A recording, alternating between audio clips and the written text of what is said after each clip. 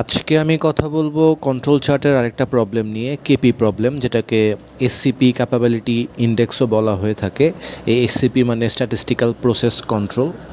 তো আমরা যদি এখন ম্যাথে ফিরে যাই, ম্যাথে আমরা দেখতেছি যে এখানে মিন দেয়া আছে 5.5, এখানে রেঞ্জের মধ্যে ইউসিএল এবং এলসিএল দেয়া আছে। ইউসিএল যেটা আপার কন্ট্রোল লিমিট 5.9 এবং লোয়ার কন্ট্রোল লিমিট এলসিএল 5.2 এবং এল যেটা 3 সিগমা। এল বলতে আমরা অ্যাকসেপ্টেবল লেভেল বোঝাই এবং ডি2-র ভ্যালু আমরা পাচ্ছি 2.326, যেটা স্যাম্পল 5-এর জন্য আমরা কন্ট্রোল চার্টের রেঞ্জ চার্টে আমরা দেখতে পারবো। যে রেঞ্জ চার্টে আমরা পাঁচটা স্যাম্পলের জন্য ডি2-র মান 2.326 আমরা পাচ্ছি।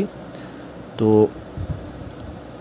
আমরা যদি আবার ম্যাথে যাই, আমাদের পাঁচটা স্যাম্পল কীভাবে, এই যে দেখেন আমাদের 25 months, 26 months, 27 month, 28 month, 29 month, এভাবে পাঁচটা স্যাম্পল দেওয়া আছে এবং পাঁচটা স্যাম্পলের অবজারভেশন দেওয়া আছে। তো এই পাঁচটা স্যাম্পলের জন্য আমরা ডি2-র ভ্যালুটা পেয়ে গেলাম।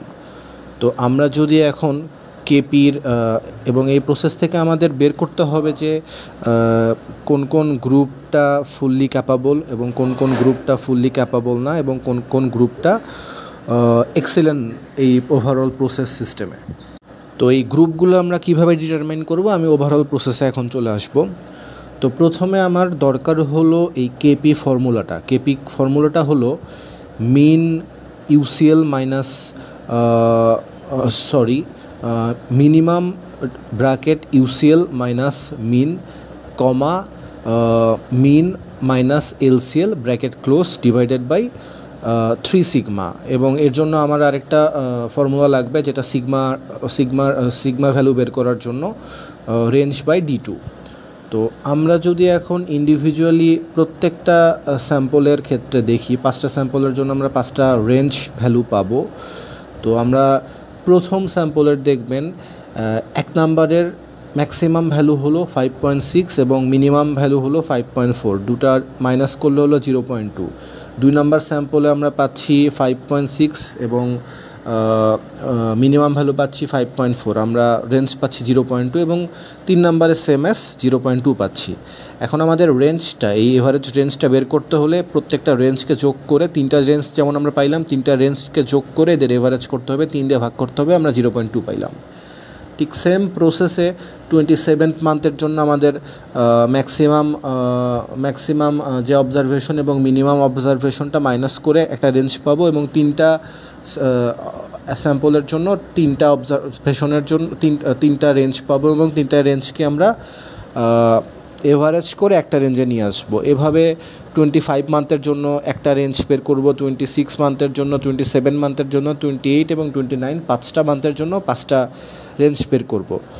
এভাবে আমরা যে রেঞ্জ বের করলাম, রেঞ্জ বের করার পরে এখন আমাদের 5টা রেঞ্জ মানে আমরা একটা 5টা গ্রুপ পেয়ে গেলাম। এখন আমি যদি গ্রুপ 1-এর কথা বলি, গ্রুপ 1-এ যদি আমি কেপি ফর্মুলাটা বসাই, সেখানে সূত্র হবে minimum first bracket UCL minus mean first bracket close, আবার comma, then maximum UCL minus minimum divided by 6 sigma. তো আমরা এখানে সবচেয়ে মিনিমাম ভ্যালুটা নিব। এখানে মিনিমাম এবং ম্যাক্সিমামের ক্ষেত্রে ইউসিএল মাইনাস মিনটা বের করতে হবে। আজ আমরা অঙ্কে আবার ফিরে যাচ্ছি, প্রথমে একবারে ইউসিএল 5.9 থেকে মিনিমামটা মাইনাস করলাম 5.5, তাহলে আমাদের আসবে হলো 5.4 এবং মিনিমাম যেটা মিন যেটা 5.5 থেকে এলসিএল মাইনাস করবো 5.2, আমাদের মিনিমামটা আসতেছে হলো 5.3। এখানে আমরা যেটা সবচেয়ে মিনিমাম ভ্যালু পাবো, 2টা ভ্যালু পাবো আমরা এখানে, 2টা ভ্যালুর মধ্যে যেটা মিনিমাম সেটাই আমরা ক্যালকুলেট করব। এটা নিলাম 0.3 আসতো, মিনিমাম ভ্যালুটা নিলাম, তারপর 3 এবং গুণন 6 সিগমা। আমরা তো প্রথম রেঞ্জটা পেয়ে গেলাম, আমরা 0.2 লিখলাম এবং ডি2টা আমরা পেয়ে গেলাম 2.326, এটা উল্টে গেলে উপরে চলে যাবে এবং ক্যালকুলেশন করে আমরা পেয়ে গেলাম 1.163।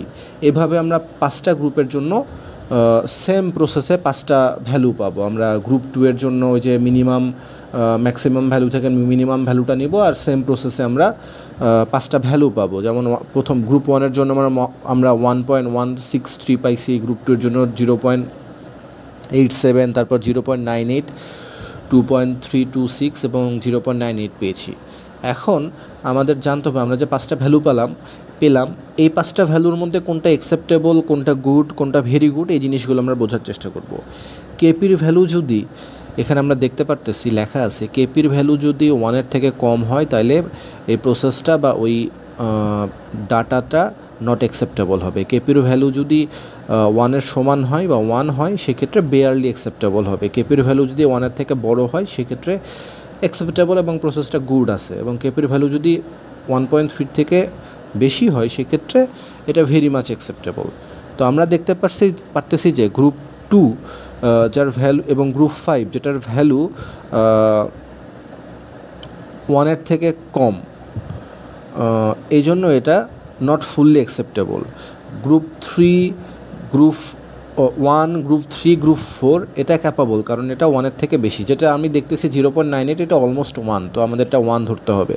এবং গ্রুপ 4-এর ভ্যালু আমরা দেখতেছি 2.326, যেটা 1.33 থেকে বেশি এবং এই প্রসেসটা এক্সেলেন্ট একটা প্রসেস, এই প্রসেসটা মাচ মোর ক্যাপাবল। তো এই হলো প্রসেস, মানে স্যাম্পলের বিভিন্ন অবজারভেশন থেকে একটা রেঞ্জ বের করে গ্রুপ ওয়াইজ আমরা একটা ডাটা কালেক্ট করে আমরা বুঝতে পারবো, সেরকম অসংখ্য ডাটা কালেক্ট করে আমরা বুঝতে পারবো যে কোন ডাটাটা স্যাম্পলের ডাটাটা অ্যাকসেপ্টেবল এবং কোন স্যাম্পলের ডাটাটা কম অ্যাকসেপ্টেবল এবং কোন স্যাম্পলের ডাটাটা খুব ভালো এবং ভেরি মাচ অ্যাকসেপ্টেবল। ধন্যবাদ।